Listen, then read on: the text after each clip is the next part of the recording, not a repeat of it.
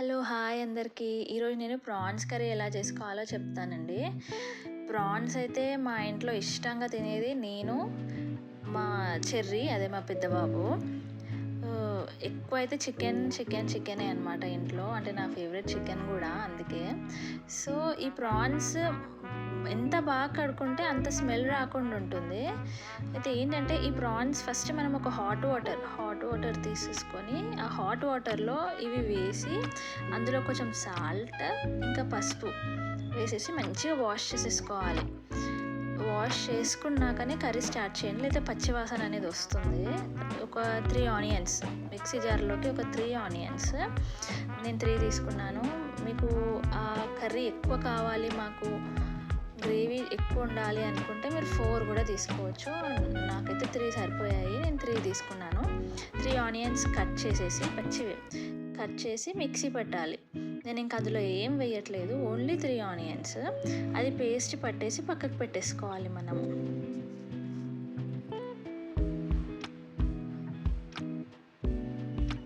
చూడండి, paste ready అయిపోయింది. ఇప్పుడు ఒక కడాయి తీసుకొని కడాయిలోకి ఆయిల్ వేసుకుందాము. ఆయిల్ కొంచెం ఎక్కువనే వేసుకోండి, ఎందుకంటే ఇది ఎంతైనా నాన్ వెజ్ కర్రీ కదా. సో మనకి నాన్ వెజ్లో ఆయిల్ కొంచెం ఎక్కువ ఉంటేనే బాగుంటుంది. ఆ స్మెల్ కూడా రాకుండా టేస్ట్ కూడా బాగుంటుంది. సో ఆయిల్ నేను కొంచెం నాన్ వెజ్లోకి ఎక్కువనే వేస్తాను.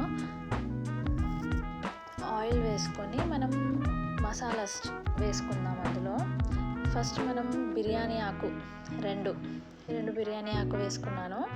తర్వాత ఇలాచీ కొంచెం ఓపెన్ చేసేయండి అందులో. సో 2 ఇలాచీలు, తర్వాత దాల్చిన చెక్క ఒక 2-3 వేసుకున్నాను. లవంగాలు ఒక 4-5, తర్వాత అది జీరా అది సాజీరా కాదు, జీరా. సో అది వేసుకోండి.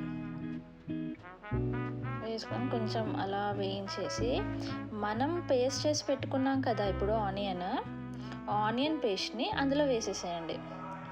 అంతే, నేను ఏది కలపలేదు ఆనియన్లో, మీకు ఆల్రెడీ చెప్పాను నేను వేసేసుకున్నట్టు. అలా వేసి ఇప్పుడు ఆనియన్ పేస్ట్ని బాగా కలపండి.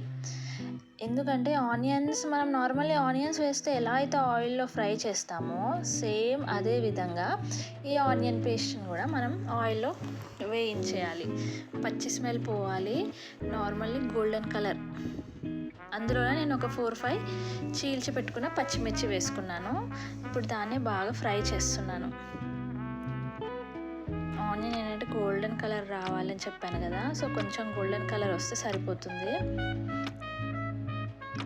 ఇప్పుడు అల్లం వెల్లుల్లి పేస్ట్, మనం ఈ ఆనియన్ ఇంకా ఈ వెల్లుల్లి పేస్ట్ అనేది ఉంది కదా, అల్లం వెల్లుల్లి పేస్ట్, ఈ 2 మనం ఎంత వేయించుకుంటే కర్రీకి అంత టేస్ట్. నేను మళ్ళీ చెప్తున్నాను, ఈ 2 దాని మీదనే మన కర్రీ టేస్ట్ ఆధారపడి ఉంటుంది. సో ఈ 2 మంచిగా పచ్చి వాసన పోయి మంచిగా స్మెల్ వస్తుంది, మనకు ఆల్రెడీ స్టార్ట్ అవుతుంది. సో ఆ టైంలో చూడండి బ్రౌనిష్ అయింది.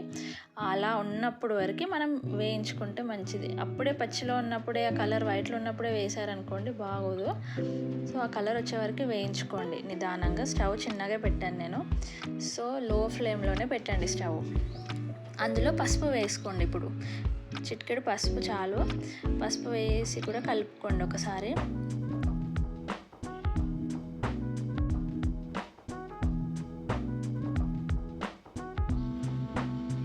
ఇప్పుడు మనం కడిగి పెట్టుకున్న ప్రాన్స్ వేసేసుకోండి. కడిగి పెట్టుకున్న ప్రాన్స్ ఉన్నాయి కదా, అవి కూడా వేసి మంచిగా కలపండి. ఆ ప్రాన్స్కి ఆ పసుపు, ఆ అల్లం వెల్లుల్లి పేస్ట్, మనం ఏదైతే వేసామో ఆనియన్ పేస్ట్, అదంతా బాగా పట్టేలాగా మంచిగా కలిపి పెట్టండి.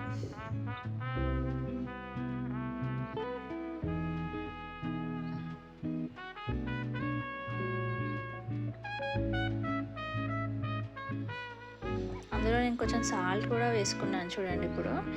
సో ఆ సాల్ట్ ప్రాన్స్కి కొంచెం పడుతుంది అనమాట, టేస్ట్ వస్తుంది. సో అందుకే కొంచెమే వేసుకున్నాను సాల్ట్. ఎందుకంటే తర్వాత మళ్ళీ మనం కావాల్సినంత సాల్ట్ వేసుకుందాము. సో ఫస్ట్ కొంచెం సాల్ట్ వేసి మూత పెట్టేసేయండి, దాన్ని బాగా మగ్గనివ్వండి. అలా అలా ఎంతసేపు మగ్గనిస్తే అంత మంచిది. సో, మనం ఆయిల్‌లో అలా మగ్గిస్తూ స్టవ్ చిన్నగా చేస్తూ మధ్యలో కొత్తిమీర కూడా వేసుకున్నాను. కొత్తిమీర ఎందుకు ఇప్పుడే వేసుకున్నా అంటే దాని అరోమా అనేది ప్రాన్స్‌లోకి దిగి ఇంకా స్మెల్ చాలా బావుంటుంది. టేస్ట్ కూడా బావుంటుంది. తర్వాత లాస్ట్‌లో కొత్తిమీర వేసుకోవాలి. కానీ ఇప్పుడు వేసి చూడండి ఎప్పుడైనా మీరు, టేస్ట్ బావుంటుంది అలా. అది చాలా మగ్గాక చూడండి ఆయిల్ అనేది పైకొచ్చింది. అలా రానివ్వండి. అందులో ఇప్పుడు నేను కారం వేసుకుంటున్నాను. ఆల్రెడీ నేను పచ్చిమిర్చి వేసాను కాబట్టి కారం ఒక 2 స్పూన్స్ వేసాను అంతే. ఎందుకంటే కారం మన పచ్చిమిర్చిలో కూడా ఉంటుంది కాబట్టి ఎక్కువ అవుతుంది. ఇంకా సాల్ట్, మనకి టేస్ట్‌కి సరిపడినంత సాల్ట్ వేసేసి కలిపేసుకోండి.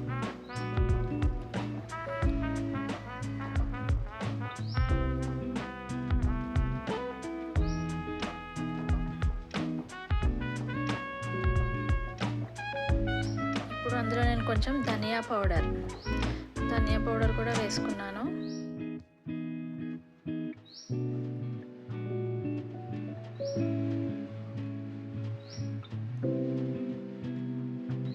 కొంచెం సేపు బాగా కలిపాక అప్పుడు మనం లిడ్ పెట్టుకొని కొద్దిసేపు అలా వదిలేసి మధ్యలో కలుపుతూ ఉండాలి. చూడండి ఆయిల్ అనేది పక్కకి ఇలా తేలింది పైకి. సో అలా వచ్చేసరికి మనం కలుపుతూ ఉండాలి. అప్పటికే ప్రాన్స్ ఆల్మోస్ట్ సగం ఉడికిపోతుంది. చింతపండు ఒక నిమ్మకాయ సైజ్ అంత చింతపండు తీసి పక్కకి పెట్టుకున్నాను. అది ఆ చింతపండు రసం అనేది కొంచెం వేసుకుంటున్నాను అందులో. వేసి కొంచెం కలిపేసి మళ్ళీ మనం లిడ్ పెట్టేసుకోవడమే. ఈ చింతపండు రసంలో అది ప్రాన్స్ అది బాగా మగ్గేలా చూసుకోవాలి.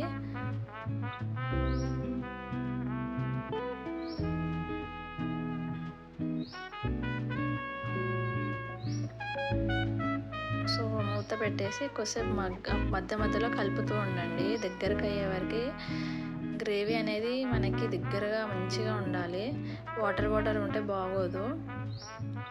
మధ్యలో చూడండి ప్రాన్స్ ఆల్మోస్ట్ ఉడికిపోయినట్టే. ఇంకా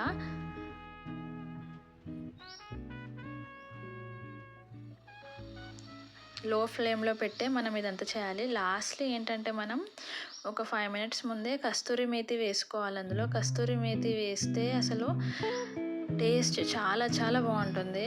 కస్తూరి మేతి ఖచ్చితంగా వేయండి.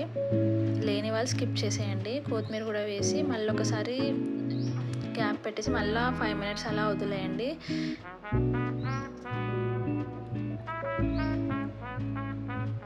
చూడండి కర్రీ ఎంత బాగుందో.